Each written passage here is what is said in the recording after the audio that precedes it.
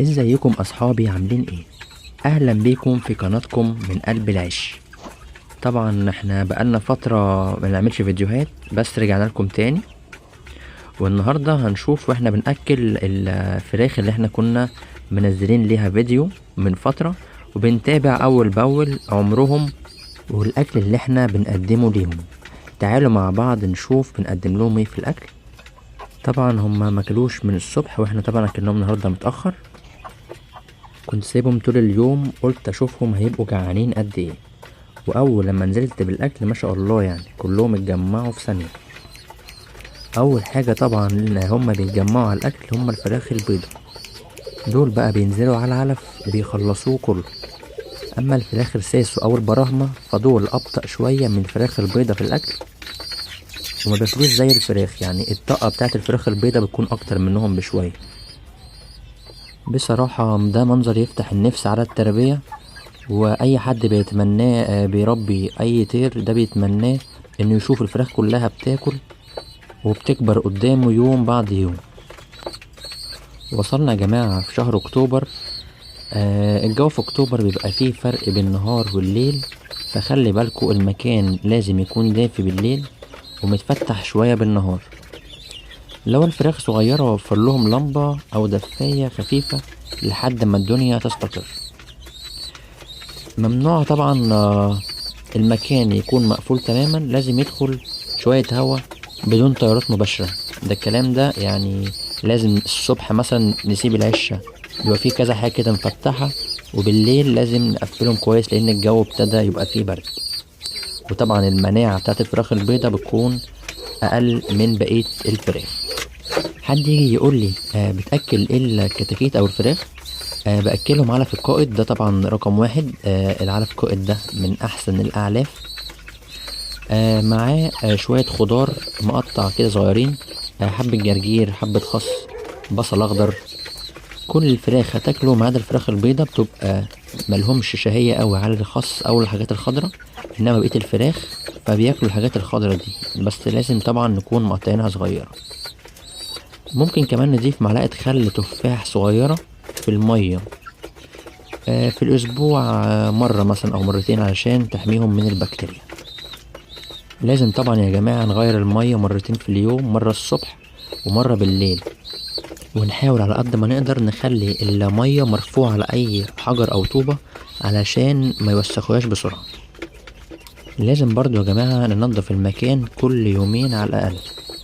لازم نغير الفرشة أو الرملة لو فيها بلل أو بواقي أكل علشان ما يحصلش أمراض للفراخ. اهم حاجة في كل الكلام ده المتابعة اليومية. لازم نبص عليهم كل يوم الصبح او بالليل. لو في واحدة ما بتاكلش او واقفة لوحدها لازم طبعا نفصلها عن بقية الفراخ ونتابعها نشوف ايه المرض اللي عندها ونبتدي نعالجه. لو نلاحظ هنا هنلاقي الفراخ البيضة ابتدت تكبر والعمر بتاعهم اعتقد كده عدى الشهر ونص. يعني هم المفروض اصلا يتذبحوا من 38 ل45 يوم مثلا او 50 يوم. طبعا كل ده عشان الوزن في مرحلة ده بيكون كيلو ونص ل2 كيلو جرام، واللحم بيبقى طري وطعمه حلو. لو سيبناه اكتر من كده هنلاقي الفراخ بتبتدي تدخل في مرحلة التحول، يعني الجسم يكبر بس اللحم هتلاقيه شد. يعني احنا دلوقتي دبحناها وكده فهنلاقي اللحمة بتاعت الفراخ كبيرة او شد شوية، وده كده طبعا بيخليها في السوا تقعد اكتر من اي فراخ تانية على النار. واللحظة دي طبعا بتكون صعبة على المربي اذا كان بيذبح اي نوع طير، لانه بيكون تعبان فيه وبيكون بيحب يشوفه قدامه كل يوم. بس دي طبيعة الحياة، لازم طبعا الحاجة اللي احنا بنربيها لازم ناكل منها علشان نحس بتعبنا ومجهودنا اللي احنا بنعمله معاهم. اما الكتاكيت الساس والبراهمة فدول هنخليهم شوية لغاية لما نشوف هنعمل معاهم ايه.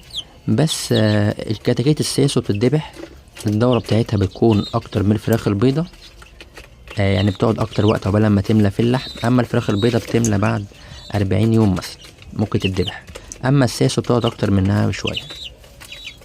اما البراهمة طبعا هنخليهم شوية. النوع ده بصراحة من اهدى واجمل انواع الفراخ اللي ممكن تربيها. شكلها بيبقى ضخم وريشها تقيل بيغطي رجليها كأنها لابسة جزمة. وكمان عندها ماشية كده فيها ثقة، تحسها ماشية متملكة من المكان كله. طبعا الفراخ البراهمة بتبقى هادية شوية غير الساسو او غير اي فراخ تانية. دول طبعا بياكلوا خضار غير اي نوع فراخ، او الفراخ البلدي زي الفراخ البلدي بالظبط. فدول طبعا بياكلوا خضار، ممكن كمان اول ما بيكبروا بينوعوا شوية من الاكل، ممكن يعيش ناشف مع العلف. البراهمة كمان لما كل ما بيكبروا بيكون عندهم مناعة قوية، وبتتحمل البرد احسن من باقي الانواع، بس محتاجة مساحة واسعة شوية علشان حجمها كبير. ولو بتربيهم في مكان ضيق حاول توفر لهم حركة كل يوم علشان صحتهم تفضل كويسة. اما عن الشكل، فريشهم بيجي بألوان تحفة في الابيض والرمادي والازرق، وفي منهم الازرق النيلي اللي بيخطف العين. يعني البراهمة مش بس تربية، ده ديكور لوحدهم في العيش.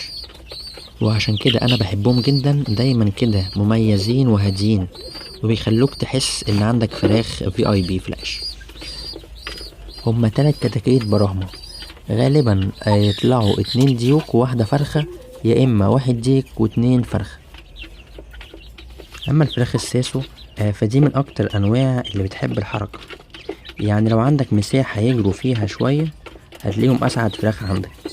ولما تيجي تأكلهم لحمتهم فيها طعم مميز جدا، مش ناشف زي الفراخ البيضة، وده اللي بيخلي ناس كتير تفضلهم سواء للتربية او الاكل. بس انا المرة دي مخليهم لغاية لما نشوف هيبيضوا ولا لا. لازم طبعا ناخد بالنا منهم من الحرارة، لان الساسو بيتعب اسرع في الحر. في الايام اللي الجو فيها حر ممكن نخفف شوية الاضاءة لو انتوا حاطين لندة حمراء، ونوفر تهوية كويسة. وبكده يا جماعة نكون خلصنا حلقتنا النهاردة. اتكلمنا شوية عن الساسو وعن البراهمة والفراخ البيضة، كل نوع فيهم ليه شخصيته وطريقته، بس في الاخر كلهم من قلب العيش. من هنا بتبدأ الحكاية. الفراخ دي مش مجرد تربية، دي عشرة كل يوم، صوتهم الصبح وحركتهم وهم بياكلوا، حتى لما تزعل عليهم بتحس انك جزء منهم. لو عجبكم الفيديو ما تنسوش تدعمونا بلايك، ولو انت جديد في القناة ما تنساش تعمل اشتراك علشان تشوف كل جديد في القناة، وتفعل زر الجرس. كان معاكم يوسف، نشوفكم في الحلقة الجاية ان شاء الله. سلام.